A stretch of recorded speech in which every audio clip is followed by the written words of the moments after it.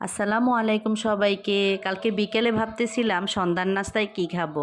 তখন হঠাৎ করেই মনে হলো এই চিকেন বান্টার কথা, কারণ এটা অনলাইনে আমি অনেক দেখেছি, যদিও আমার এক্সট্রা কিছুই করতে হয়নি, ঘরে থাকা কিছু উপকরণ দিয়েই বানিয়েছিলাম।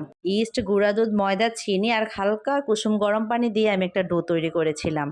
যদিও এটা আমি আগে করে রেখেছিলাম, প্রায় আধ ঘন্টার মতো রেস্টে ছিল। আর এদিকে আগে মাংস রান্না করা ছিল ঘরে, গরুর মাংস, এটা দিয়ে বানিয়ে নিচ্ছিলাম। সাথে একটু চিজও দিয়েছি আমি, যদিও অনলাইনে কাউকে দেখি নাই চিজ দিতে, কিন্তু আমার কাছে মনে হয় চিজ দিলে একটু ভালো লাগবে, তাই আমি একটু চিজ দিলাম।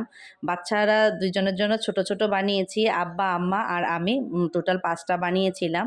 একটু ঘি দিয়ে তারপর আমি ফ্রাই প্যানে দিয়ে ঢাকনা দিয়ে দিয়েছিলাম।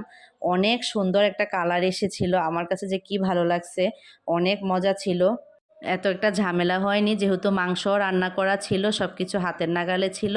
আর একটু গরম গরম কফি বানিয়ে নিয়েছি সাথে। সন্ধ্যায় সবাই একসাথে খেয়ে নিলাম, আমি, আব্বা, আম্মা আর আমার 2 মেয়ে।